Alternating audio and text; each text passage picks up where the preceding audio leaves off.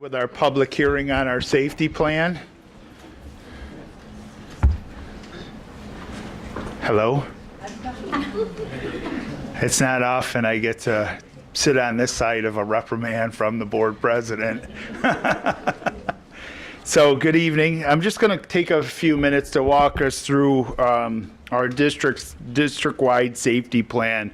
So very appropriate that on today's date we're going over something referencing safety. So this is part of the general plan. You have a copy of the PowerPoint in there for the public hearing. I believe Mrs. St. John gave it to you. But as I was saying, September 11th, a date of infamy for our country's history. So just want to kind of promote with the board and the public that North Rose-Wolcott is committed to providing our students and staff with a safe learning environment where teachers and students can work. So tonight's meeting is meant to be a highlight of our district safety resources and advise our public on the approach that we have taken with respect to the SAFE Act. And I'm also going to touch briefly upon the Executive Order 18 from our governor, which talks about threat assessment. So tonight, I want to go through a few key terms with you just so that we're all on the same page. And again, this is a 10,000-foot view.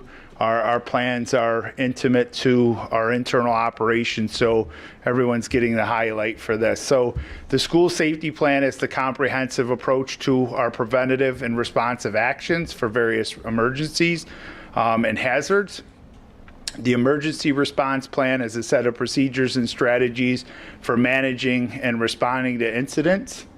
And then the emergency preparedness plan is a set of procedures and strategies for identifying potential hazards and the appropriate response protocols.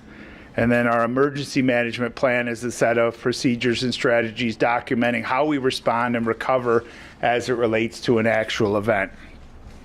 A couple of other key terms: threat assessment's a fact-based systematic approach for identifying, gathering, and assessing information about a threat of violence.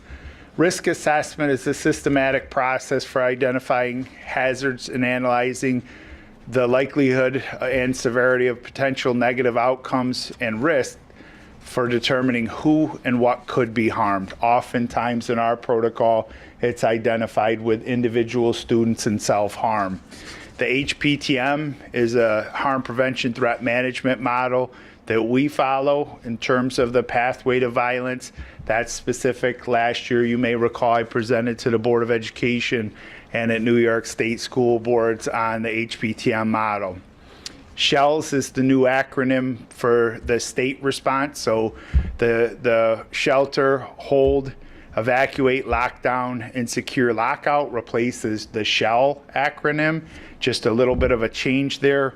We're going to talk about the standard response protocol, and I'm going to show you graphics for each of these two models and just kind of let you know that our district is prepared in both of them.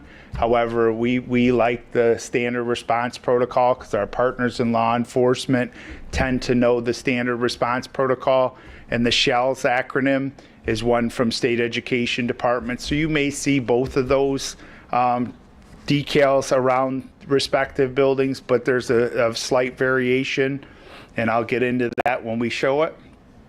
The standard reunification method, this is something that our district's been following for the past few years. Every year we kind of go through and process, and we tweak our processes after every major event. But the reunification method is the one that starts it all. Whether it's a weather event, a planned evacuation for a fire drill, or something that, God forbid, a lockdown or a hold in place due to a serious situation, our first step is to start with the reunification process, make sure all of our students and staff are accounted for. And then TIG is trauma, illness, and grief. It's scientifically proven strategies to effectively respond to the emotional needs that arise from experiences related to trauma, illness, and grief. And again, several of our staff members have been trained in that, and we tend to go over that routinely. So if you were to look at our safety plan as a whole, I think this graphic represents everything well. So the overarching safety plan is all encompassing of our code of conduct, the background checks that we perform when we hire teachers, when we allow volunteers in. It's encompassing of our trainings that we do through Vector. There's a ton of stuff that we put into our entire safety plan. So it's the overarching response. Then our emergency response plan drills down a little bit deeper. This is the umbrella that encompasses both the emergency preparedness plan and then the emergency response plan. And my hope is that this graphic will show you pretty much the funnel effect. So we go through situations with natural disaster or man-made incidents, and then we start to bottleneck everything down. So I try to break this down for you a little bit further and talk to you a little bit about the operational side of things, that the emergency response plan, and again, there's a detailed document on the website that references this, and I believe Tina's given you some copies as well.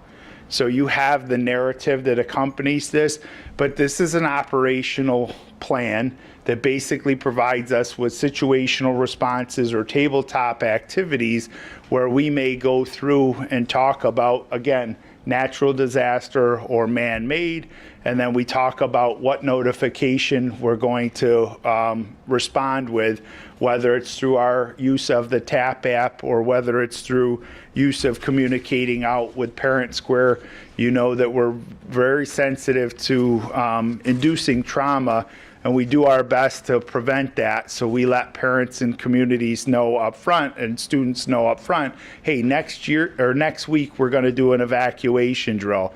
That's something the state's been very cognizant of. And we do 8 evacuation drills, fire drills, and we do 4 lockdown drills each year. So the communication piece and the situational responses are really laid out very clearly.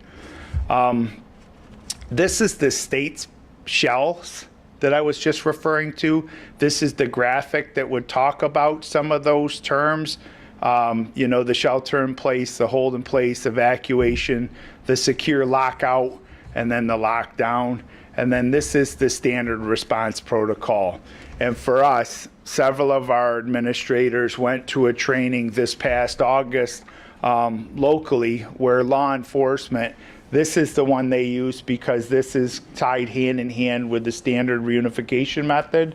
And it kind of tells you, this is what we're doing on one side, and this is what the staff response should be. So it's very cut and dry. Hey, in a hold in place, close and lock the door, account for all your students, and do business as usual. And unfortunately, in this day and age with safety issues that arise or illness that may arise or an incident that may occur in the hallway, the hold in place is a lot of times what the buildings will go to. And then again, with fire drills, it's the evacuation piece of things. So as we go through, the emergency preparedness plan, again, is really meant to be something that's based on early detection. It provides us with strategies and protocols. This is before the event.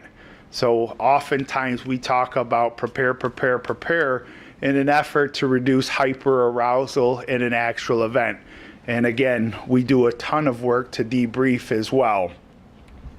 So in the event of an actual incident, that's when we manage the plan, unfortunately.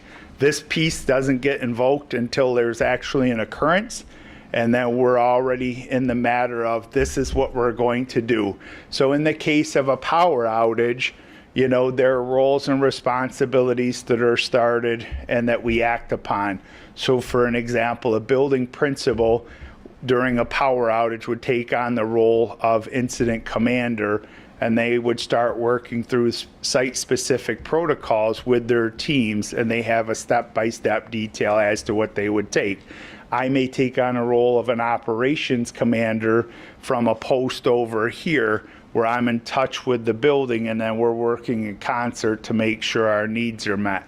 That way I can kind of distribute responses accordingly, whether it's for transportation, whether it's for maintenance, or whether it's for other buildings. And that's often the case in our district with power outages, that we do invoke emergency management plans. And in some cases, some scenarios, the recovery, if there was an incident of violence, we have to really go through the process of reunification, what that looks like, getting students back to their families in a safe and orderly fashion. And then if there were actually an incident where somebody perished, we would go through that process of the trauma, illness, and grief that we talked about earlier. So bringing it to a close, that just kind of brings you through the phases of our emergency response plan, the emergency preparedness, and then the emergency management plan. And I have to tell you, the narrative that you have and the narrative that's on the website is really a comprehensive document that our building administrators and our district-wide safety team use as a blueprint for everything that we do. So our assistant principals and principals spend countless hours revising it and making sure that the details are accounted for and that we're not overlooking anything of substance. And again, I'm very proud of the district-wide team of administrators and directors, because this is something that is a point of pride for our Board of Education, and it's something that we really spend a lot of work hours on, because if we can't bring our staff and students into a safe and orderly learning environment, I'm not sure how we can teach them. So that's my portion for tonight's public presentation on the safety plan hearing. I'm happy to take any questions from the board or any questions from the public at this time.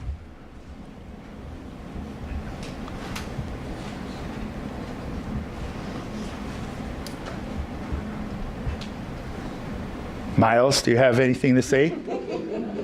No, you're good? All right. Okay, thank you.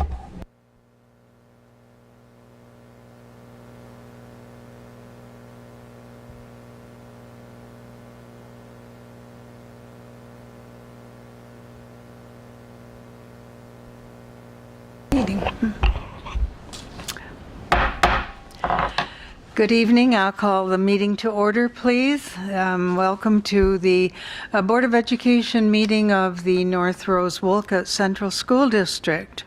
First order of business, of course, is to stand and pledge the allegiance to our flag.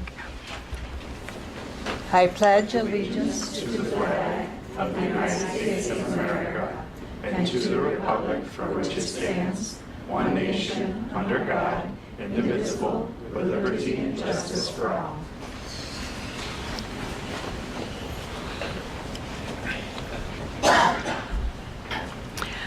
A motion, please, to approve tonight's agenda.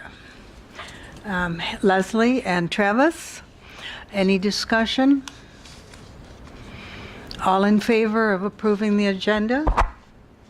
Motion is carried. Thank you.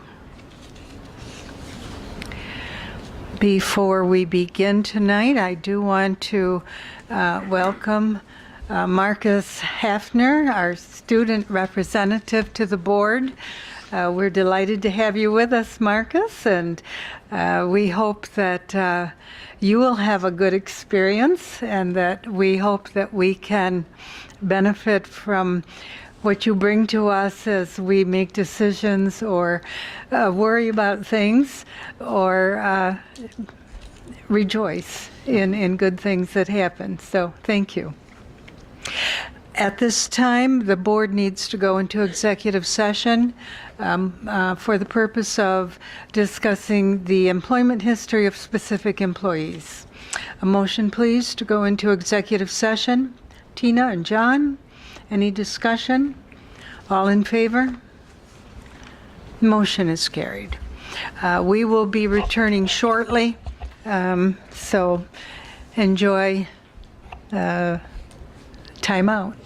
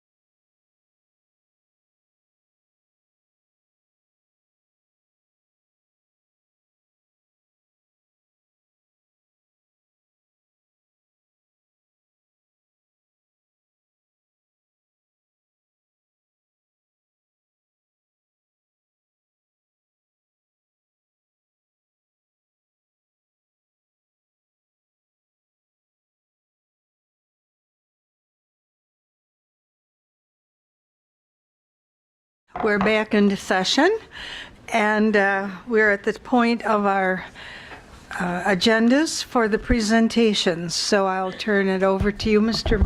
Pullen, to make those introductions.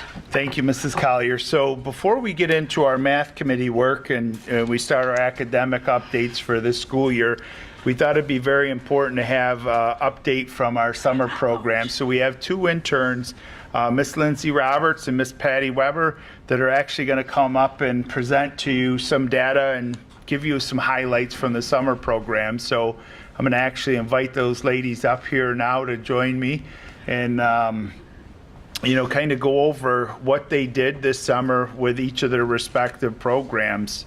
Thank you. Good evening. My name is Lindsay Roberts. I was the principal intern for the summer for grades K through 8. So I'd like to share with you a little bit of... Is it not on? Okay, there we go. I'd like to share a little bit of information with you about the elementary program, and then we'll get into the middle school program. So just a brief overview with you, for you on the program. Our program ran for 5 weeks. Every morning, the students received breakfast, and every afternoon they received lunch. We had a mix of academics and enrichment, which I will get into in just a moment. Monday through Thursday, K through 4 were able to sign up for swimming lessons. They were transported to the high school for those. We had a number of community partnerships, and there were 123 students enrolled in grades K through 4. Great. So talking about a little bit of academics, we had structured schedules to include daily ELA and math blocks. Each of those blocks was 45 minutes long. We had independent daily reading, also known as IDR, and we had some extra classroom support for that so that students had an adult or a teacher or an aide in the room that they could read with each day. And twice a week we had computer science pushing in.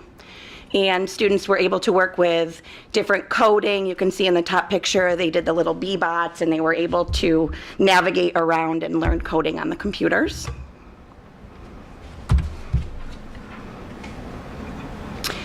We incorporated social emotional learning. We had weekly themed SEL lessons that were taught by our social worker. And she worked with kids on regulating emotions, their own emotions, and also recognizing the emotions of others, and how to maintain their own selves in the classroom if they were feeling overwhelmed or frustrated. Every morning, we started the day with a morning meeting. We also had scheduled times on Tuesdays and Thursdays for individual and group counseling sessions. So if students were identified during the school year and they needed to meet with a counselor, we were able to carry that over into the summer so they received the ongoing support. We also had the youth advocacy program on site who supported the students just in any way that they needed. He was around in the morning to greet kids. If they needed a break, if they needed somebody to eat lunch with, he was a great support for us this summer. We had 5 different themed weeks for student engagement. We started out with the Nature Week, Going Green. Kids were able to get outside. Teachers were bringing different things from nature into the classroom. We had an Around the World Week where each classroom took a different country and taught their students about that country. And on the last day of the week, the students were able to actually do like a gallery walk and learn about each country, see the crafts that were made during enrichment time. Some of the classrooms showed like little dances or videos, maybe a game that was played in that country. We had a camping week where we got together as a whole program and we made a trail mix, and then each student got a little bag of trail mix. We had Mission Impossible, which was a lot about crawling through different mazes. Maybe you're solving a problem, maybe you're doing a scavenger hunt. And then finally, we ended with Our Backyard, the NRW community. Most of our students took a field trip down to the Wolcott Park and were able to see the waterfalls and just learn about a lot of different things in our community and some history. We had a good number of community partnerships this summer. We partnered with Wayne Most. We had someone come in to work with the students. They brought in a fish and the kids were actually able to do like some rolling of paint on there and make some prints, and then there was a learning lesson to go with that as well about where the fish came from and their native country. Wayne Most also worked with us on theater. So students in 3rd and 4th grade wrote their own little plays or their skits. They practiced their lines, they got on stage, they brought in their costumes, and then they performed for the rest of us on Thursday. So that was really great to see the kids up on stage doing that. We had Reliant Community Federal Credit Union come in, and they worked with 1st and 2nd graders on like a coin caterpillar. So they counted coins as they made a caterpillar, so they learned to count money. And then they worked with our 3rd and 4th graders on budgeting.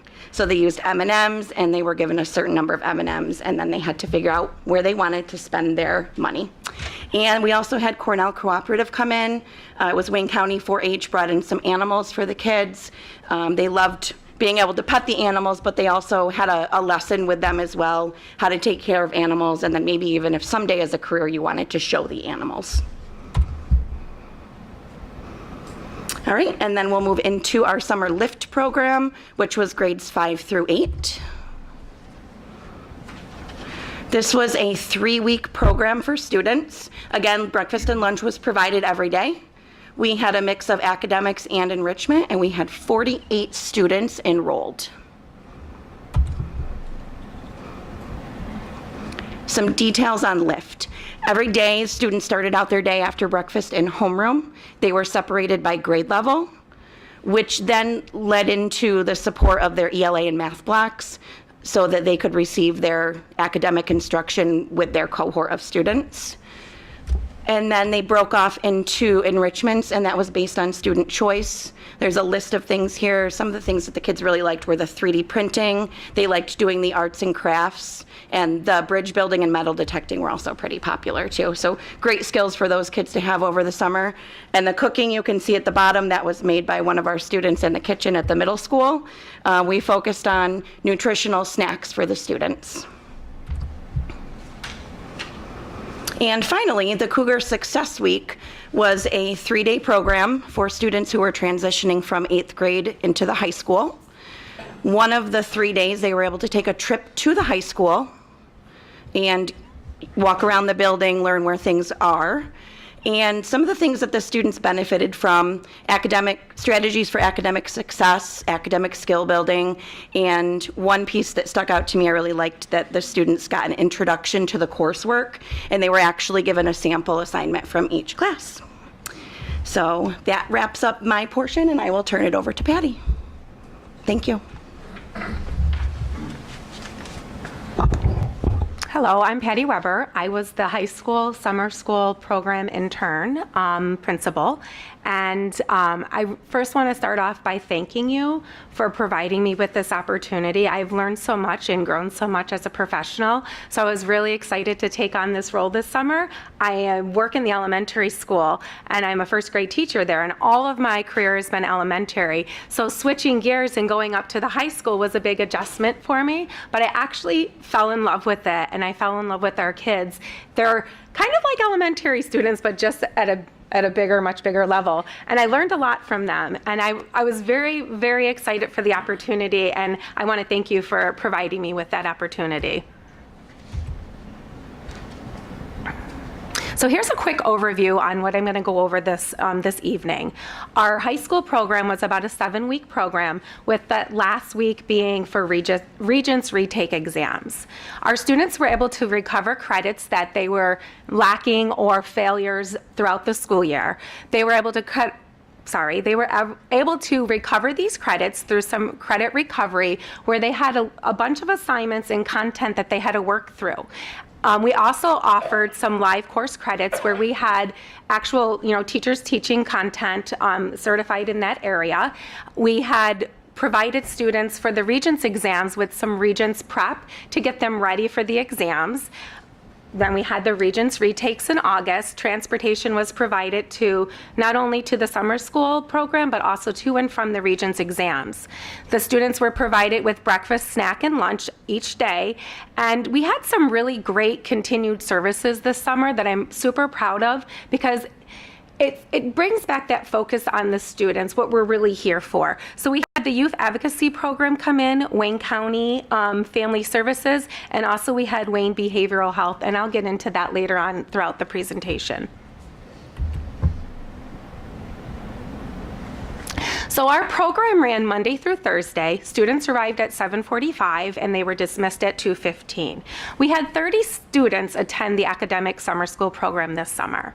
With that number being small, we were able to really focus and really look at what students' needs were. So students that were involved in the credit recovery process, they were in a credit recovery room with no more than 3 or 4 students, giving them access, more one-on-one time with the certified teacher to help them work through that content. And through that, 37.5 credits were recovered this summer, which helps students on that path to graduation.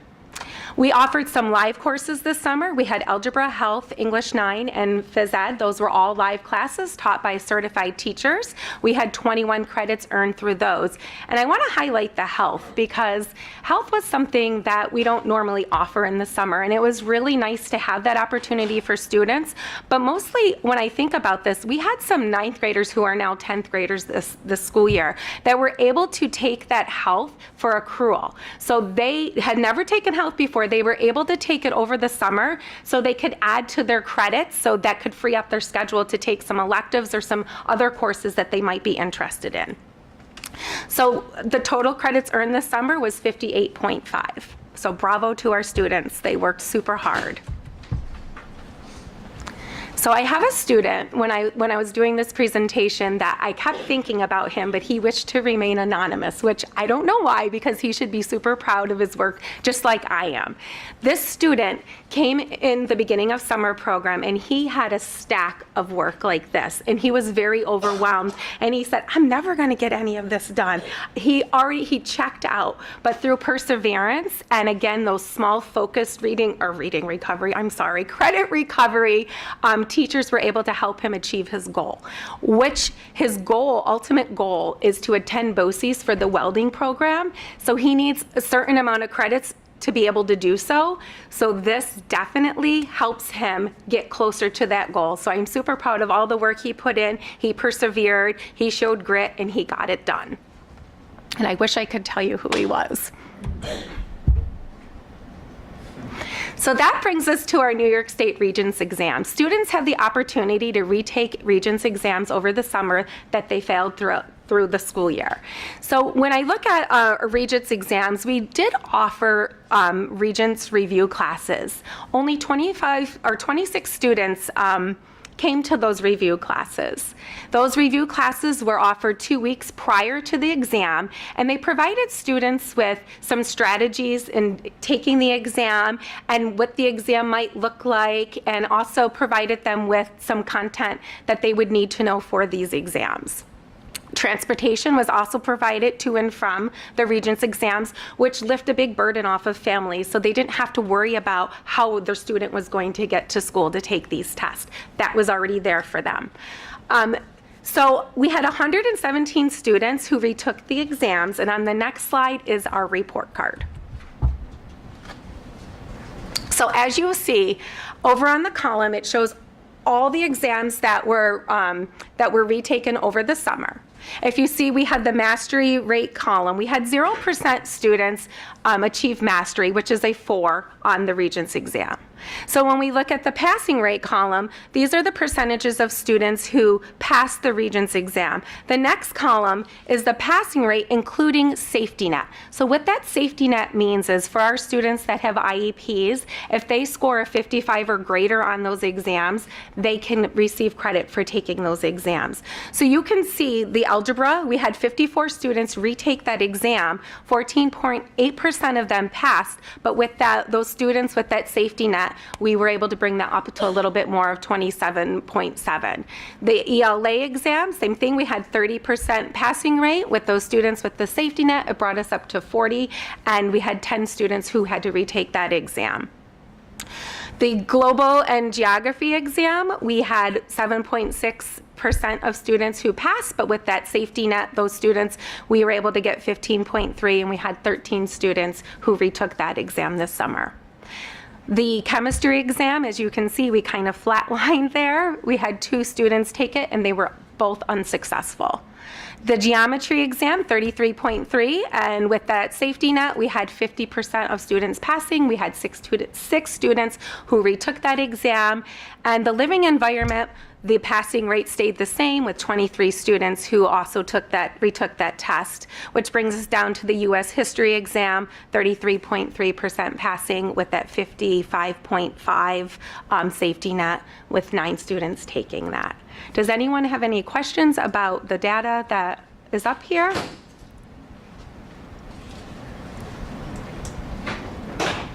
No? We also offered driver's ed this summer. We had 11 students take driver's ed, and all 11 students received their certificate. So I don't know about you, but that makes me feel a little bit safer driving around here knowing that 11 students passed their driver's ed course. So kudos to them. Makes our roads a little bit safer.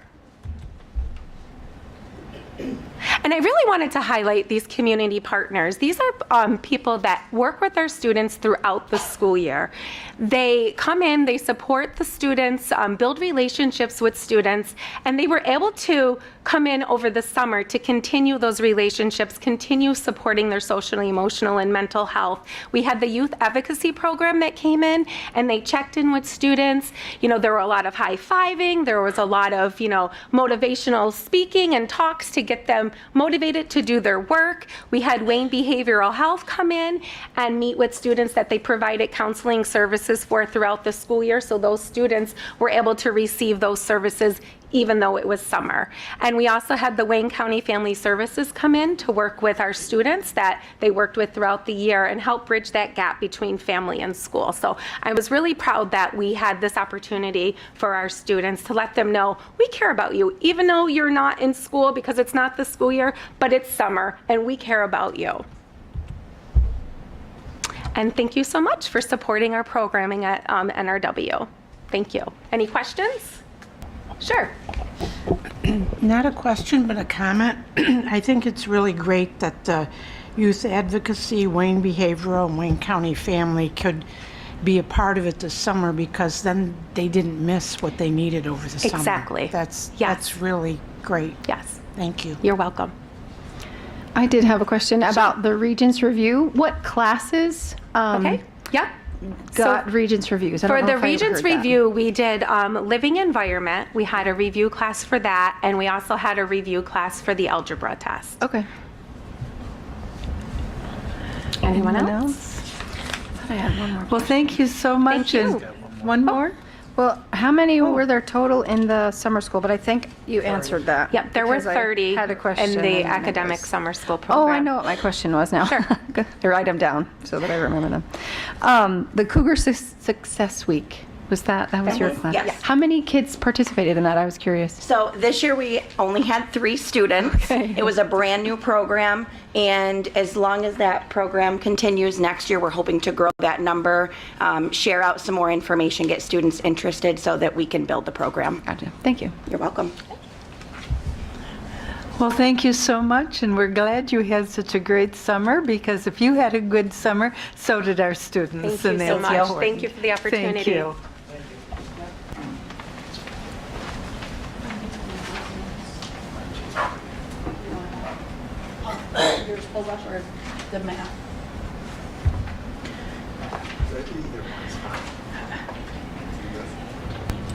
So we're going to keep everything moving along, but I just want to, say quickly, last week we obviously started school back. There were 1,074 students that we welcomed back to the beginning of the school year. There were a lot of smiling faces. I don't have social media personally, but you may have seen a lot of these images out on social media. Amanda did a great job getting around.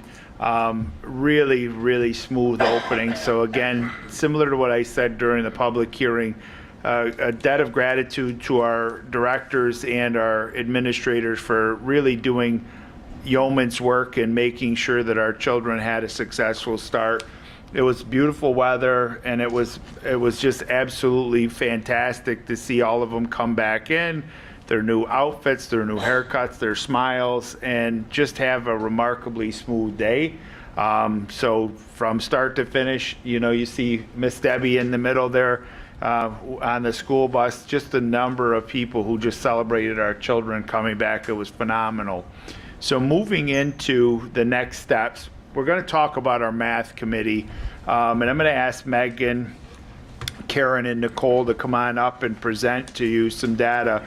So, the math work has started about 3 years ago, and last year, being year 2, we started to notice that we needed to do more. So I asked the respective principals to formulate a committee and really start diving deeper into the work. And they're going to talk to you about why it's middle school why it's elementary and high school, and why not middle school, because of some of the things that the middle school had already started. So I'm going to turn it over to Megan and let her get started, and then we'll introduce the staff that have joined them. Yes, thank you for having us tonight. We're going to be introducing the staff as we go along, so you don't have to remember all their names all at once and then get a quiz at the end. So as Mr. Pullen said, we did have math committees that came together at the elementary school and the high school. And the areas we're really focusing on math are the 3 red spots on our strategic action plan. So thinking about students being literate across content areas. Math, as you know, is so much more than numbers. There's so many word problems and different pieces of vocabulary and operations that students need to know. So this is a piece that we're focusing on as far as literacy.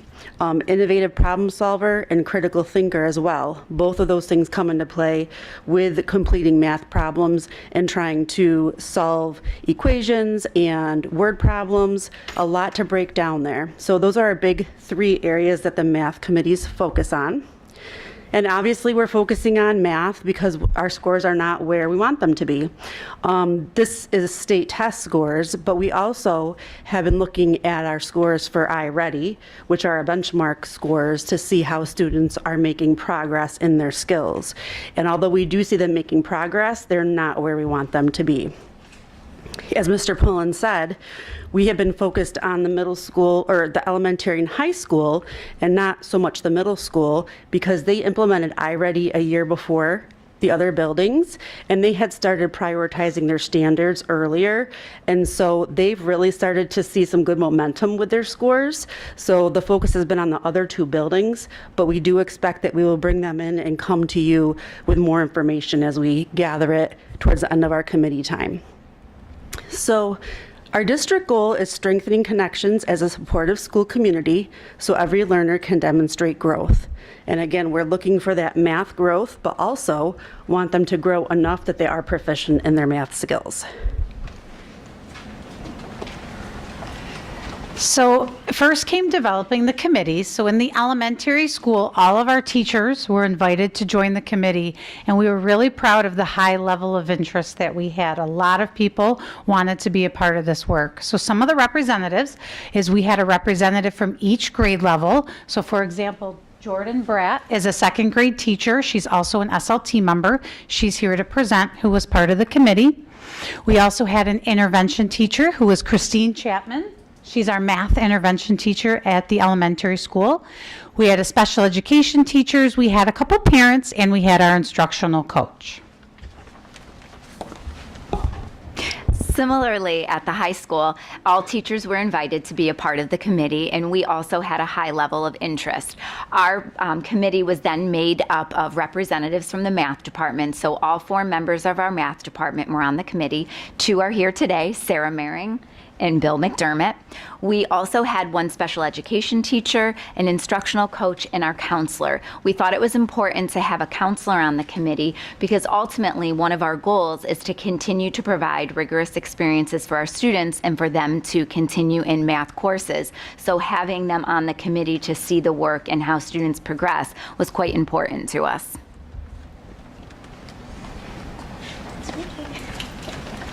All right, so as Karen mentioned before, our committee was kind of created based on mathematical practices for administration training through BOCES. At our At our initial committee meeting, we looked at building math data, and we determined some grade level strengths and some grade level needs. Then we discussed the resources that we were currently using in the classroom, which also included the resources that the intervention teachers were using. We also discussed at Tier 1 meetings what our ideal math curriculum would look like and how those ideas would best meet the needs of the students that we see every day. Last year at the elementary school, we implemented ZERN, which was our math curriculum, with intentionality, and we also implemented a building-wide problem-solving strategy with a CUBES acronym, so each letter represents a different strategic. So like C represents like circle the number, U is underline the question. So it attends to like the precision and when solving word problems. Our faculty meetings and instructional coaching focus on incorporating mathematical practices. These standards for mathematical practice outline the key habits of mind and skills that we want to nurture in our students, and so that they grow as mathematicians. And there's 8 different mathematical practices. Additionally, our committee was able to visit some schools that have different programs that sorry, lost my spot here.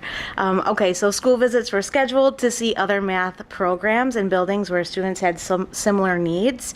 So as a member of the math committee, I went to Gree Central School District, and they are currently using the iReady math curriculum. And while we were there, we were able to see a variety of grade levels teaching different lessons from the iReady program, as well as different types of classrooms, including the integrated co-teach, which at the time last year I was also an integrated co-teacher.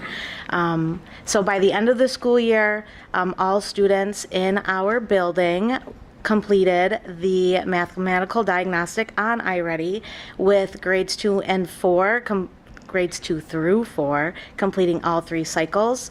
And another thing that our elementary school did last year was each grade level had a teacher pilot the iReady program, and so I was also one of those pilots, and I was able to replace one of my upcoming ZERN missions with a lesson in iReady, and the kids really enjoyed it. We did a unit on geometry, like partitioning shapes into fractions, and it just did a really great job of connecting those two together, which is something that those mathematical practices want us to instill in our students. And based on those math committee meetings, when we came back, the outcome, all the other teachers that also implemented iReady in that pilot were really interested in maybe continuing that to this year. And Christine's going to talk a little bit about that when we talk about this year's work. So yeah, anybody have any questions about last year's math committee? Yes, go ahead. I like that you're teaching strategies. Yeah. Because I think that's important.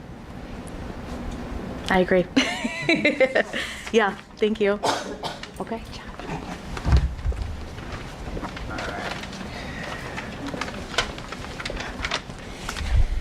I'm going to be talking about the high school work that we did last year.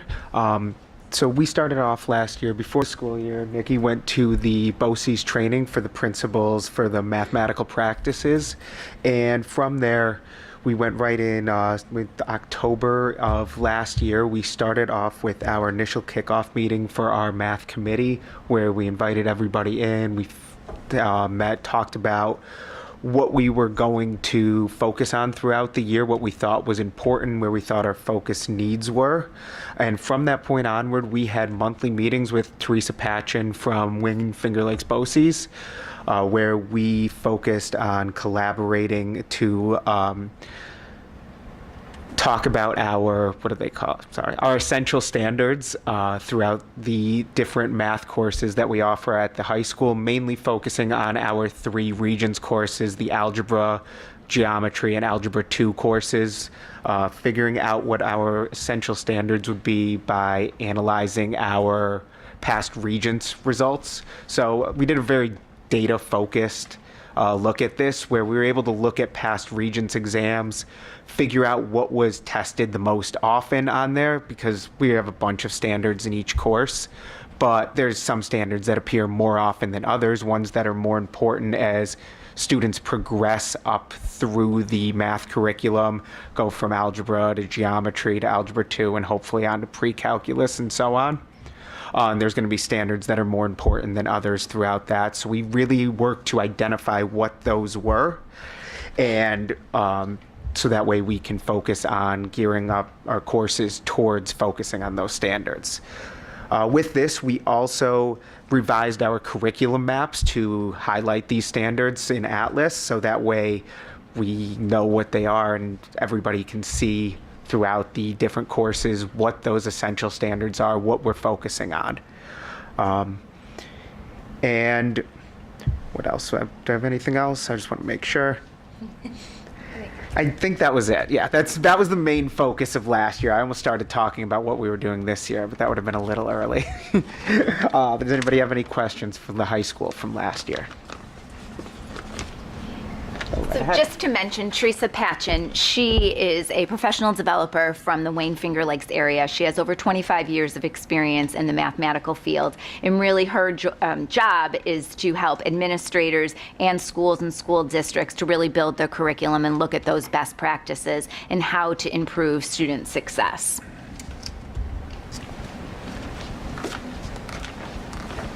Good evening, everyone.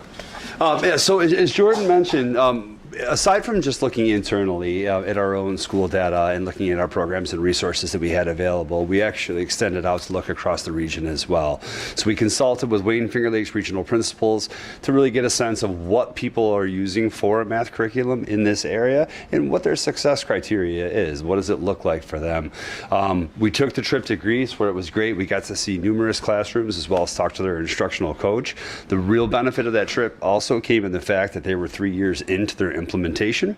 So obviously with any new curriculum that you're going to bring in, there's going to be growing pains, there's going to be pros and cons, especially as it comes to rollout. So it was nice to kind of get a glimpse of what they were looking at from their experience with it now 3 years in, with the amount of professional development that was involved, how they got staff on board, how they did their rollout.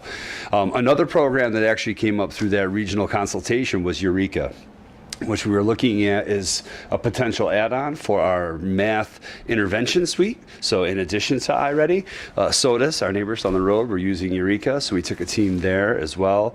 Had the opportunity to watch a full first grade lesson from beginning to end, and then have a really extensive debrief with building level administration there, asking very similar questions. What were the pros and cons? What were they seeing from their perspective? The pitfalls of the rollout. And it really gave us a good opportunity to look regionally at students, who share a similar demographic as our students here at NRW, and see if the programs were really meeting the needs that we were looking to meet. And again, our members of the math committee also visited some schools in the area. They looked at some comparable districts and then looked at some districts that had higher percentage of students meeting proficiency in Algebra 1 specifically, as that's one of our targeted areas. So the math team visited Marion and Gananda, observed those classrooms, met with the teachers, shared resources, what's working, how are you getting higher results in certain areas. So really taking a look at all of what they worked on throughout the year and then sprinkling that into the upcoming work.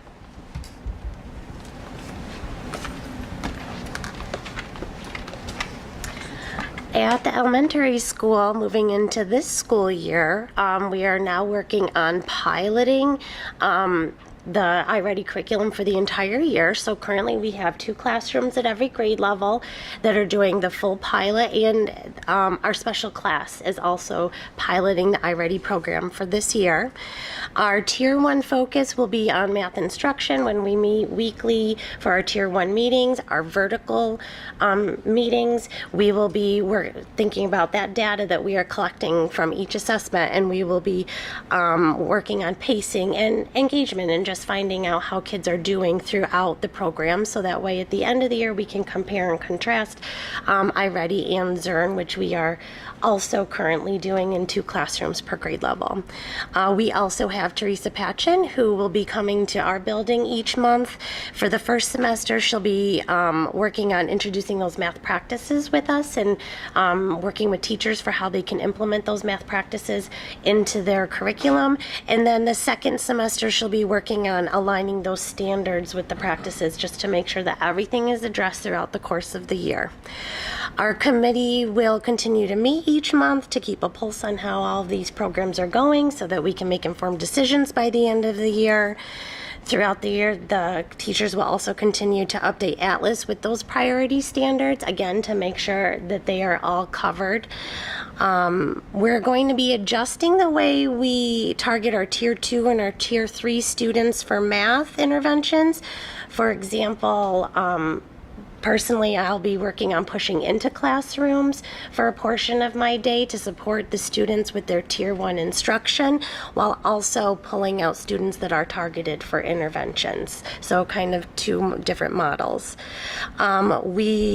And along with targeting those students for interventions, one thing that I did over the summer was work on a math screener so that we have more than one data point, so we're not just relying on one form of data. It's important to have more than one piece of data so you can get the picture of the whole student. We'll be working on adjusting our benchmark assessments for math interventions and targeting specific skills. Again, that goes back to looking at those priority standards and seeing where students have needs or maybe where they are excelling as well. And summer curriculum work focused on the pacing of the iReady and the Zern, making sure that everything was aligned where it needs to be. And also, I personally worked on a math intervention system that I wanted to implement this year, which took all of the prerequisite lessons out of iReady, so that way I can, meet the students where they are while working on those grade level skills to help them work towards mastery. Is there any questions? Remind me what Atlas is. It's an online platform where each grade level can go in and map out every curricular area that they have, every lesson, all the standards are in there. And you can see it from one grade level to the next, so you can see the progression. Perfect. That's what I thought it was. I just want to make sure. I was thinking that it's great that you have several ways to approach intervention, whether it's in a classroom or out, so that it's more specialized. Yeah, I think that it'll be a good move.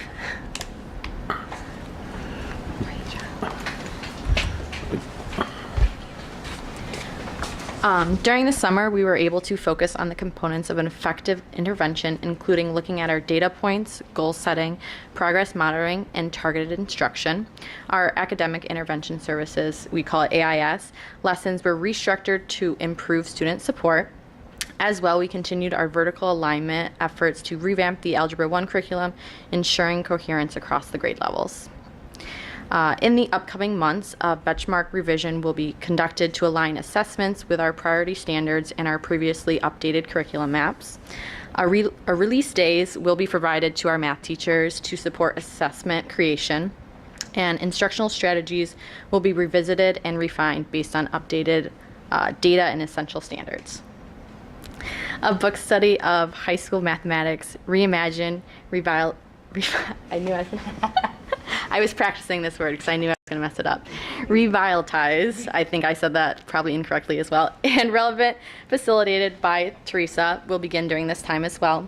And ongoing collaboration with Teresa will continue through our monthly committee meetings. Any questions with anything we're doing this in the high school?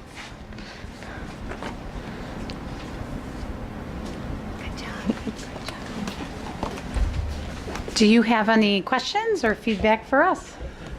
I have a question. iReady, I know, is a test, a diagnostic test. Is it also, I think I heard, it's also a program?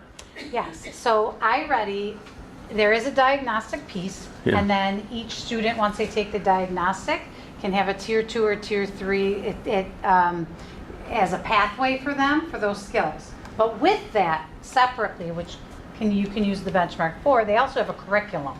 So they have a math curriculum, and each piece of the curriculum aligns to those math practices. And they show you where each lesson, how it follows the math practices and the standards. So yes, it's a diagnostic. The company also has a curriculum.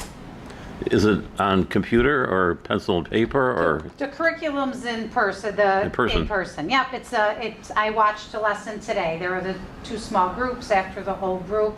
It is on paper, just as you would. There is a computer component that they can do while the teachers are in groups, but it is also paper, pencil. There's manipulatives that the students use a lot of, so that they can build. And there's a lot of discussion talking about math, real world math. That makes a whole lot more sense to me now. Sorry, I should have explained that. No, this is months ago. I'm talking about months ago. Oh. A year ago or more. I also encourage, applaud you all for doing assessments throughout the year, updating how well you're doing, how you're being successful, or what you should change in mid-year. I think that's a great idea, all of you. Thank you for doing that. Thank you. It's essential. They do a great job. Thank you so much, and thank you for your hard work. And we'll look forward to fantastic scoring at the end of the year. Thank you very much. So just to kind of close that out and while they leave, thank you all very much for your time and your presentation. So my hope is that there's a recommendation to the board in late spring, probably April, May, to tell you what we're going to do with respect to our curriculum. Because, you know, they're going to have to narrow down because we can't just keep taking piecemeal. So they know at the end of the spring, Megan knows at the end of spring, they should be coming forward looking at 3 very specific programs and making a determination because we can't keep adding on. I'm pleased to say that we are making the progress. We are making, the middle school will jump into the fold with that group as well, and that we will present something to you for adoption late spring, just so that we're all on the same page, because we'll have some financial timelines that we're going to need to commit to as well with respect to these resources. So they're doing a fantastic job, and you know my approach is I won't shy away from any blemish that we have academically, and I think that we're starting to make the gains. And if you look at benchmark years in math and ELA specifically, you're going to see notable growth based on consistency with curriculum, consistency with instruction, consistently with leadership, and really pleased to say we're making gains, and I'm excited to see where we're going. Thank you, Mr. Pullen. Returning to the agenda, we come to the liaisons. Casey, do you have anything to report from the elementary? I do. So Karen did send me an update. I'm on, right? Yep. Okay. All right. So she's reported that school has been off to a great start for students. They had a wonderful turnout for their family meet and greet. Students were able to meet their teachers, find their classrooms, and enjoy ice cream. They had a back-to-school assembly last week, so students could review their Cougar trait school expectations and celebrate with Cubby. Next week, they are going to be starting their iReady reading benchmarks in grades K through 4. The following week will be math. And this month, their Cougar trait is being courageous. Students of the month, Possum readers, mathletes, and special subject award winners will be celebrated on September 26th. And the Cougar Pride parent group will meet at the elementary school on September 29th at 6 p.m. Thank you. Leslie, anything from the middle school? Yes. It sounds like our open houses were very successful. The middle school had a great open house as well. Lots of families and great participation from the community as well. I know my kids enjoyed the ice cream and the apples and the things that we got, so they liked that one. There were, the teachers were there, so that was great to meet the kids. Lots of resources and stuff for families to see. The first week of school started. I think school had some exciting things happen. They got to practice some of your emergency responses that you've shared us about. My kids talked about how exciting it was in the auditorium when all the lights went off. That was exciting. Oh, dear. Isaac Leavenworth. Yeah. So kudos to the management of that event, because I can't imagine all of them in there. Anyway, good job for that one. They ended the week with their town hall meeting, which I think got really exciting. And then next week they get to start doing their iReady benchmarks, and they'll have their school book fair the week of September 22nd. So a good start to the year. Fantastic. Travis, how about the high school? All right, Nikki reported that the high school is off to a strong and smooth start to the 25-26 school year. Both students and staff are excited to be back and ready to learn. This Friday, the senior class will be enjoying their annual senior kickoff celebration. The event will include ice cream party and a class photo. The high school is also excited to expand their course offerings this year. Through the Distance Learning Grant, students now have the access to several interactive classes that allow them to learn from instructors across the region. This semester, students are enrolled in American Sign Language, taught by a teacher based in Marion, physics offered by a Marion and SOTUS combination, and college-level psychology taken through Finger Lakes Community College. We currently have 5 students enrolled in this course. We're looking forward to celebrating homecoming later this month. Festivities will kick off with a Spirit Week beginning Monday, September 22nd, and the big game is on Friday, September 26th. Thank you. Thank you. And John, Cougar Ops? Cougar Ops. Cougar Ops has a number of integral parts to it. The tutoring center currently has 5 students. That's the newest section, I think. And they're from surrounding districts. They're not North Rose-Wolcott students. 2 from SOTUS, 2 from Williamson, and 1 from Lyons. They have refined their intake process, and they are providing IEPs for the students who need them. The hub is the first and second year students, and they provide academic support and skill development for students entering high school, having had problems in middle school classes, and second year high school students, and there are 28 students in that. The credit recovery group, there are 32 in that, and these are third and fourth year high school students. They've looked over, meaning the staff at the Cougar Op, have looked over high school transcripts, and the high school counseling office and the high school principal have changed schedules to accommodate these students. And they have 26 students who are on a monitoring type process in case they need help during the year. It's a great program. And I think others are trying to copy us. So. Lots of luck. Thank you. Linda, do you have anything to report from Fort County? I do. The Board of Directors met last week, and you all have a copy of the schedule for things that are going to be happening throughout the year. On the 30th of this month, there's a general membership meeting, which some people we know are going to be taking part in it. And that's going to focus on the pathways, and it's also going to have a component that gives boards of education members a lot of information they need to learn about this. So hopefully we'll have good attendance there. Do you want to continue with the legislative? Yes, actually legislative is going to be meeting Saturday morning, and I'll have more next time. All right, thank you. Travis, anything more on district safety? Not at this time. We meet next week. Okay, thank you. How about audit committee? Nothing on the audit committee to report at this time either. All right. Linda, Handbook Committee? We met prior to our meeting tonight. We haven't completely finished everything for the handbook, but we've gotten a good start. So more to follow. Great. Tina, Communications. Yes, we've set up kind of a process with Amanda so that we can have information shared. We submitted a few topics of which will be printed in print as soon as that letterhead comes, or the newsletter comes out.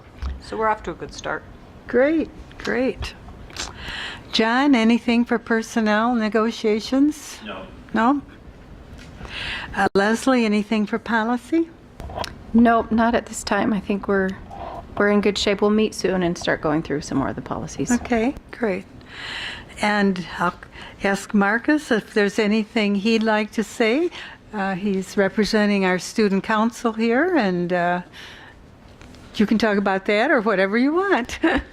Yeah, I definitely agree that the new distance learning opportunities is great. I'm in the physics class for that, which I wouldn't have had the opportunity to do otherwise, because we don't have a teacher here for that. So I think that's a really good thing to get going, and I think more students will take advantage of that in the future. And student council and some of the clubs all kicked off this past week. Now that we're able to have busing in the afternoon again, so there's a lot of participation in all the clubs that I've been to so far, and that's good to see. Lots of freshmen getting involved.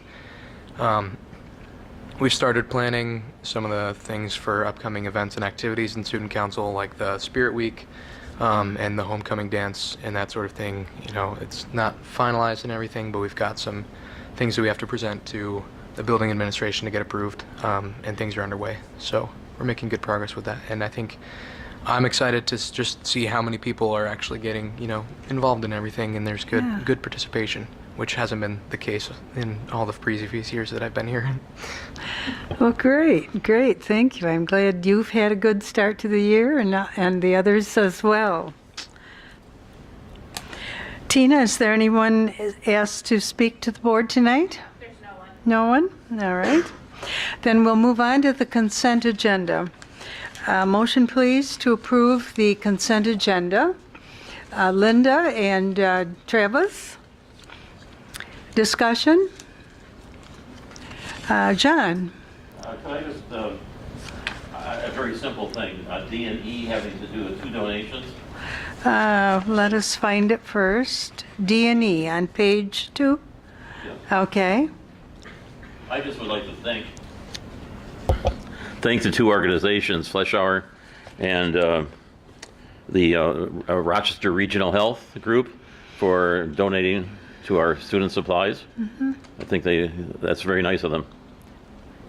Yes. And also the other one I'd like to talk about is the presentation of the safety committee, the safety group. I really appreciate that under today's day. I mean, today is September 11th, even more important to us. But I'm happy that we have a very accurate and very well thought out safety plan. Thank you, John. Any other questions or discussion? The consent agenda goes through the top of page 4. Hearing none, all in favor of approving the consent agenda? Motion is carried with unanimous vote. We're now on page 4, item number 6. These items require a roll call vote. They were pulled out of the consent agenda because it involves someone in the board, and there will be abstentions. So, number 1, motion please to appoint volunteers. Tina and John. Discussion? All in favor? No, roll call vote please. Tina? Yes. Tina? Yes. John? Yes. Casey? Yes. Linda? Yes. Leslie? Yes. Travis? I abstain. Thank you. Motion is carried. Casey, did you abstain on that one? Should I? Number 1, yeah, you should. Why? It's me and my wife. You're right, I'm sorry. I'm looking down the list and I'm thinking all of us should have abstained. Thank you. Number 2, a motion please to appoint these volunteers. Tina and Travis. Any discussion? All in favor, roll call vote? Cinda. Yes? Tina. Yes. John. Yes. Casey. Yes. Linda. Yes. Leslie. I abstain. Travis. Yes. Thank you. Motion is carried. Thank you. We come now to number 7, to a motion, please, to award bids listed. John and Linda? Discussion? All in favor? Motion is carried. On page 6, board member requests, comments, and discussions. Is there anything anyone wants to bring up?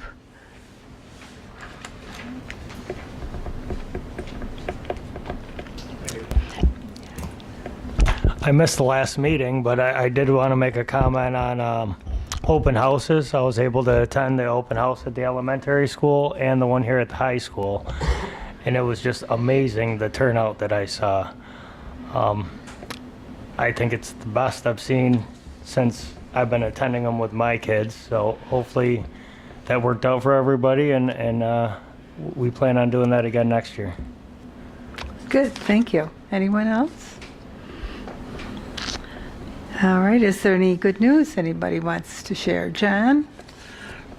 On Facebook today, the Wolcott Rotary Club gave a donation to Cougar Cupboard for the food pantry.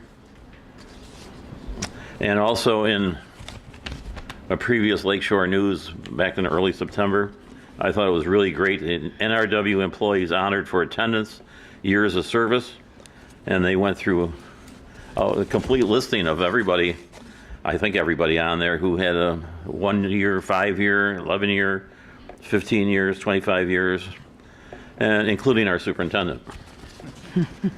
Also, the Times of Wayne County had an excellent picture of North Rose-Wolcott has been named to School of Excellence for the 3rd year in a row. 75% of a school's varsity athletic team must average a GPA of 90 or above. And there's a nice picture of our kids there, our students. So that's something to really be proud of. Mm-hmm. And Mr. Currier, you have someone in that picture. Thank you, John. Thank you. you. Anyone else? Hearing none, that completes our agenda for tonight. A motion, please, to adjourn. Leslie and Travis, any discussion? All in favor of adjourning? Motion is carried. Thank you and good night.